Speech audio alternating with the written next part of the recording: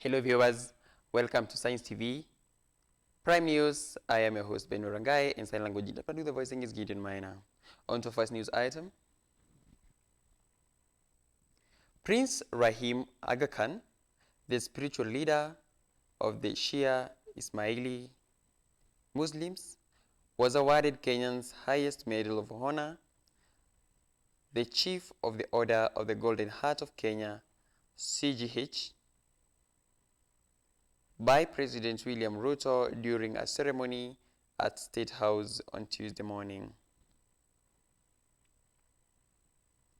The award was bestowed during Prince Rahim's first official visit to Kenya since he assumed the leadership of the Ismaili community following the passing of his father, the late Prince Karim Al-Hussaini Aga Khan in February 2025.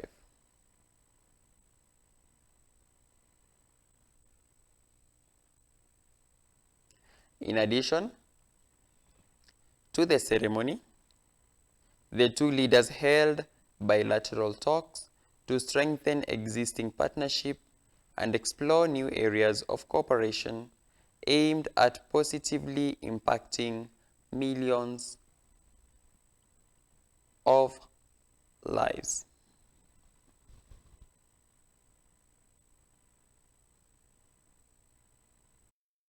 This recognition carries added significance for me because my late father was also named a Chief of the Order of the Golden Heart by President Kibaki during his Golden Jubilee. I therefore accept this great honor with deep humility and gratitude. It's a privilege to be here today among the leaders of a nation with which the Ismaili Imamate shares a long friendship, profound respect, and deepening partnership. Through the work of the Aga Khan Development Network, whether in health, education, culture, economic development, or the environment, our aim has always been to improve the quality of life for all, regardless of background or faith.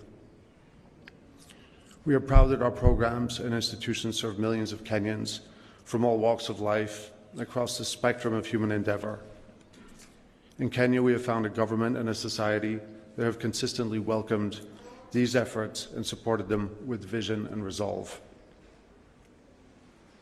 The memoranda of understanding we are signing today build upon this rich legacy of engagement. They reflect the depth of the relationship between the Ismaili Imamate and the Republic of Kenya, and they signal a shared ambition to make that relationship even more impactful.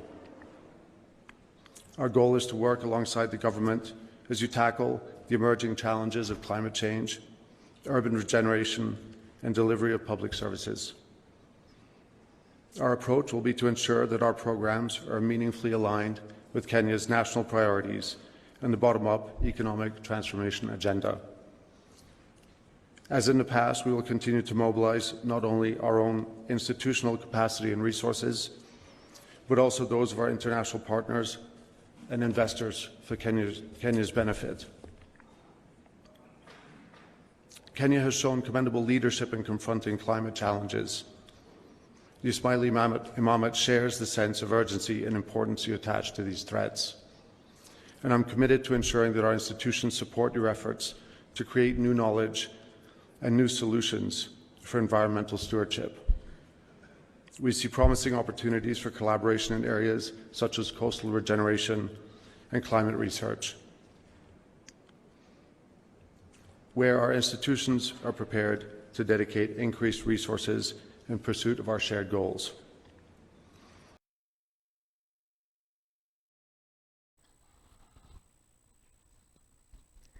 The Health Cabinet Secretary Aden Duale has fired back at what he calls propaganda and blackmail by those he says are saboteurs of the new Social Health Authority, SHA.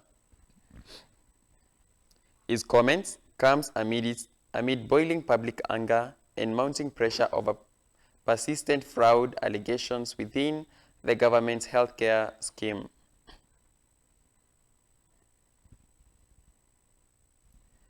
The controversy was fueled on Monday after Shah abruptly took down its public portal, which allowed anyone to review monthly payments sent to hospital for claims. The Kenya Master Health Facility Registry, KMHFR, was also removed, a move that has only intensified criticism. The Health Ministry is facing intense scrutiny over how the Shah has been processing and paying out claims to hospitals.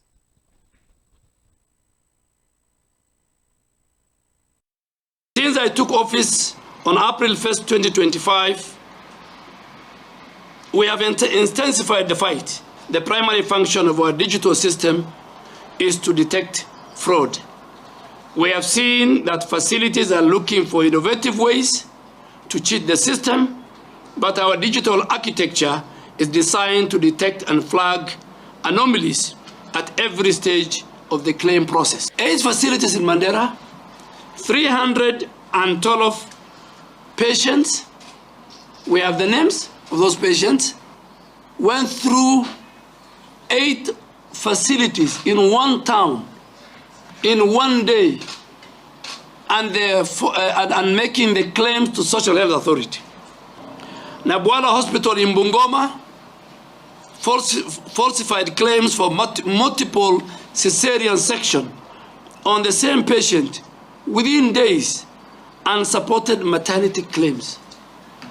In the Kotiende Medical Center in Homa Bay, fabricated clinical documents with a single person signing off for both day and night shifts over consecutive days, which to us is humanly impossible. To all our health providers, consider this a final warning. Organizations have no contractual obligation with the Social Health Authority.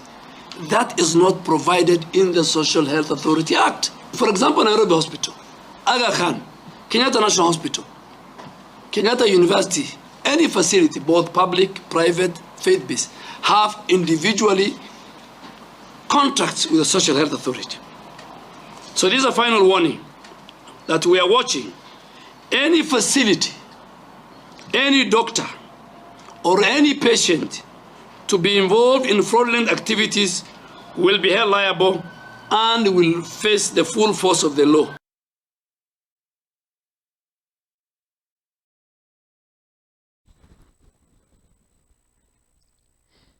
The political future of Kericho Governor Eric Mutai hangs in the balance as he is set to appear before the Senate starting Wednesday.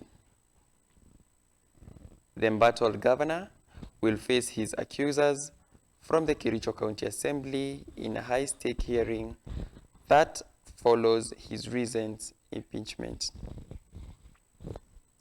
The County Assembly members voted to impeach Governor Mutai on grounds of gross violation of the Constitution, abuse of office, and gross misconduct.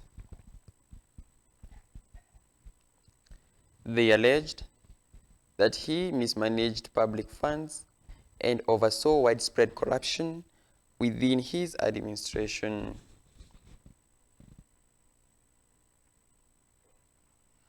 A key point of contention is the alleged failure to digitize revenue collection, which the MCAs claim has resulted in massive financial losses in the county. The governor has denied all charges. The governor has presided over glaring procurement irregularities, including irregular tender awards, inflated contracts, and fraudulent implementation of county programs. These matters have been consistently flagged in successive Auditor General's reports. The County Assembly's ad hoc committee on alleged fictitious payments in its report tabled in August 2024 confirmed fraudulent documentation, forged signatures, and deliberate attempts to cover up theft. When these matters were exposed, the governor publicly dismissed the whistleblower's claims.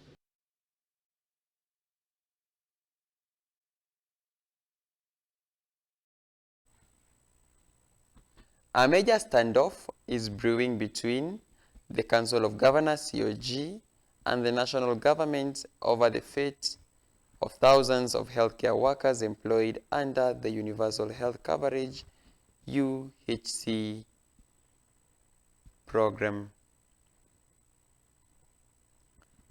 The COG is demanding more funding, insisting that counties cannot absorb the UHC staff onto their payrolls without sufficient financial support from the National Treasury.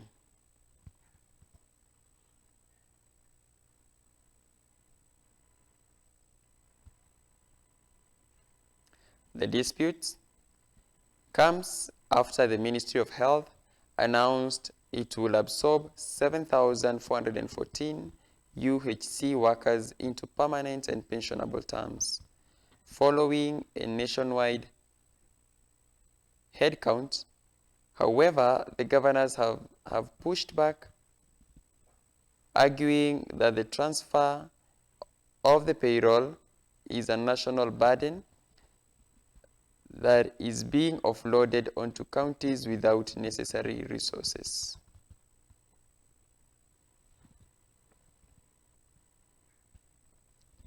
According to the COG, the current equitable share allocation from the national government is insufficient to cover the salaries and benefits of the UHC staff, whose employment was initially managed by the national government.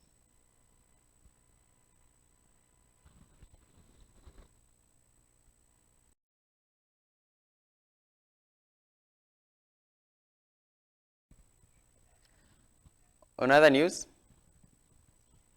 in a show of unity across the political divide, women members of parliament from both the Orange Democratic Movement (ODM) and the United Democratic Alliance (UDA) have joined forces to support President William Ruto's ongoing fight against corruption. Speaking to residents in Joro, Nakuru County, the lawmakers urged the public to stand behind the president's effort to clean up the country.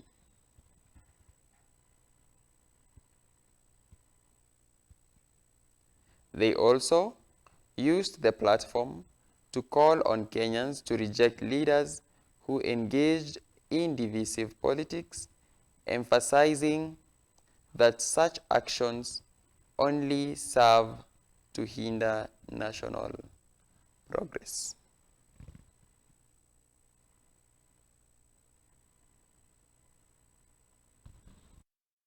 Mbunge kwa sababu nimekuwa sasa huko miaka 7 kuelekea 8. Hii ufisadi inatoka chini inakuja juu. Na sasa hii ametoa kimango, yani amechomoka, anasema no corruption. Hata kama wewe ni besa yake utakaa kando. Si anafanya vizuri? So mtu kama anafanya vizuri, don't judge within 3 years. Constituency ilichimba shimo na ikaweka ukabila, ikaweka chuki na ikaweka maovu na ikazika kwa kaburi la sahau. Mnajua vita ya wanasiasa wakikosana ndio mnakuaga watu wetu. Sasa ile wanakura amkuagi watu wetu. Mnakuaga watu wetu tukikosana. Na kuharakisha zile regulation za Sugar Act, tulipitisha ile sheria ya miwa. Na katika hizo sheria tuko na 4% sugar levy ambayo inafaa iwe pesa inaletwa mashinani kutengeneza barabara zetu. Mimi najua mnaenda kuchagua directors. Hawa directors ambaye mtawachagua muangalie sawa sawa ili wasiende kuuza shares ya watu ya Malava.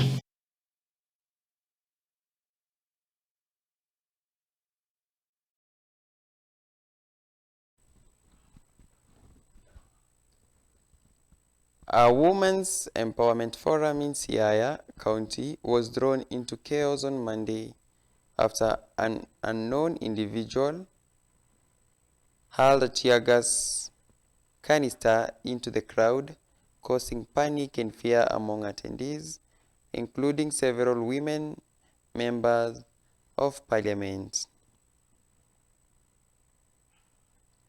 The incidents occurred at Wangai Primary School grounds during the Wezesha Mama Inua Jamii event. Homa Bay County MP Joyce Osogo Bensouda was mid-speech when the canister louded and exploded just a few meters from the main stage. The toxic fumes sent people scrambling for safety as the event came to an abrupt halt.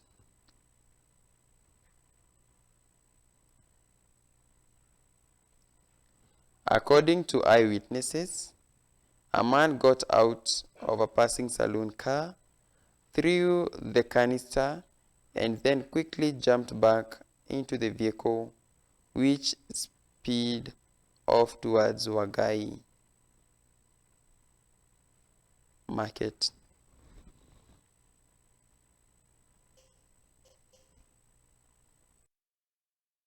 Tunaomba kwa kaunti 47 kabla tujaenda uchaguzi mwaka 2027, kila kaunti iwe na child saving center na GBV center ambayo iko chini ya women reps wote, na hiyo ni affirmative action. Yenye tunaweka mkaso wakati huu ni empowerment ya caregivers, because compassion recruits, the church recruits only one child, and we'd love to empower families so that waweze kusaidia wale watoto wengine wenye wako kwenye hii program.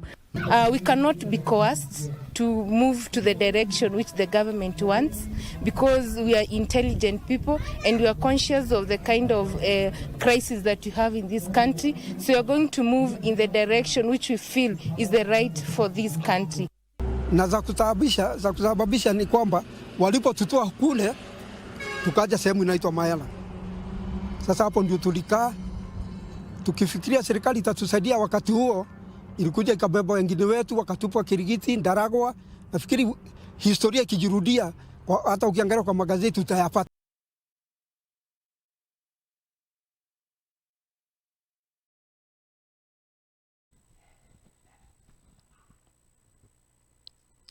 The Kenya Meteorological Department is advising Kenyans to brace for a varied mix of weather conditions as the country heads into the final week of August. The latest forecast predicts a combination of rain, chilly mornings, and hot afternoon across different regions.